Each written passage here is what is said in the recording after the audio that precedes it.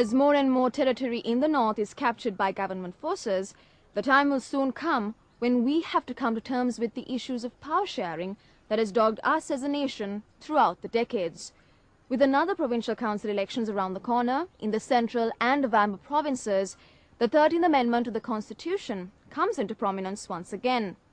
The government is keen on implementing the 13th Amendment, especially the Provincial Councils Act, to demonstrate their commitment to devolving power to the regions of Sri Lanka. Here are the views of some politicians, both in and out of the government, on how they see the 13th Amendment.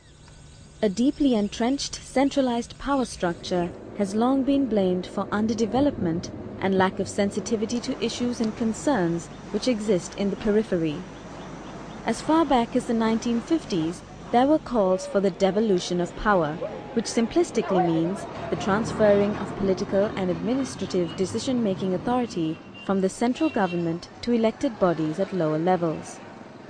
Then, in 1987, the Indo-Sri Lanka Accord recognized the strengthening of provincial councils through the 13th Amendment to the Constitution.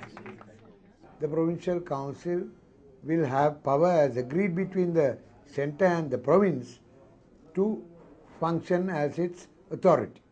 This is what was envisaged, that the central government, which functions as the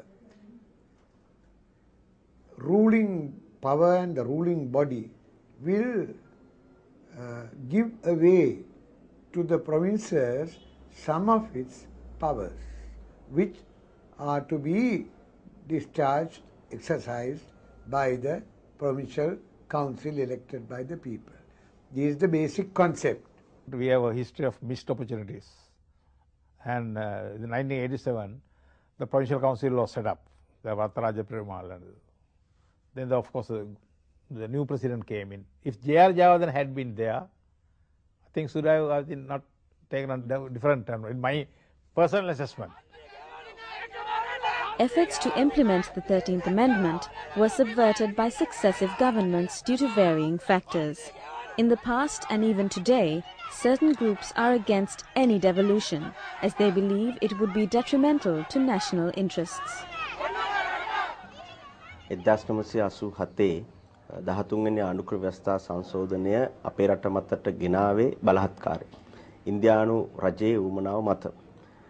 ඒ පළාත් සභා ක්‍රමය හඳුන්වා දෙනකොට ප්‍රධාන කරුණු දෙකක් කිව්වා. එකක් තමයි අපේ රටේ ජාතික ප්‍රශ්නේ විසඳන්න පුළුවන් කියන එක. දෙවෙනි එක තමයි පළාත් ආර්ථික සංවර්ධනය උදා කරගන්න පුළුවන් කියන එක. නමුත් ඒ 13 වෙනි සංශෝධනයේ එනකොටම ජනතා විමුක්ති පෙරමුණ ඉතා පැහැදිලිව කිව්වා මේ සංශෝධනය හරහා අපේ රටේ ජාතික ප්‍රශ්න විසඳන්නත් බෑ. ඒ වගේම පළාත් සංවර්ධනය ඇති කරන්නත් බෑ කියන එක. ඉතින් අද අවුරුදු ගානකට පස්සේ අවුරුදු 20 ගණනකට පස්සේ ජනතා විමුක්ති පෙරමුණ එදා හිටපු ස්ථාවරය 100,000 ගුණයකින් සනාථ වෙලා තියෙනවා. අද අපේ රටේ ජාතික ප්‍රශ්නයට මේ පළාත් සභා ක්‍රමය කිසිසේත්ම විසඳුමක් වෙලා නැහැ. Despite the negative sentiments it generates, even from within its ranks, the government has demonstrated commitment to fully implement the 13th Amendment based on the recommendations of the All-Party Representatives Committee. ජනතාව විසින් අප තෝරාපත් කරගෙන තිබෙන්නේ ඔවුන්ගේ අපේක්ෂාවන් අරමුණු ඉටු කරගන්න. අප රටේ සෑම පළාතකම ජීවත් වන ජනතාවටම ලැබී ඇති ප්‍රජාතන්ත්‍රවාදී අයිතිවාසිකම් වගේම අපි උතුරේ ජනතාවගේ ප්‍රජාතන්ත්‍රවාදී අයිතිවාසිකම් රැක දිය යුතුයි. This commitment has been visibly demonstrated by conducting provincial council elections in the recently liberated Eastern Province, following a lapse of 14 years. While normalcy is being restored here and development initiatives are being kick-started, some uncertainties are surfacing on the level of empowerment of the 9 provincial councils in the country.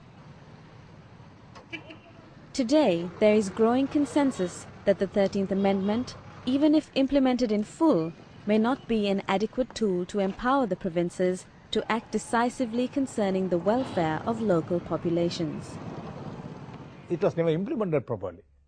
If it is adequately implemented, then the people will begin to realize enjoy the fruits of it. So that will create new conditions. Even those younger elements might have to reconsider their position.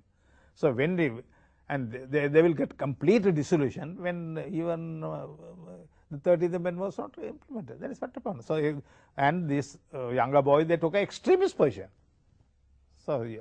But even now today, the moderate people, they say at least, I know, large number of people, intellectuals, at least first implement it. Then you can think of 13th Amendment plus later, but it creates new conditions.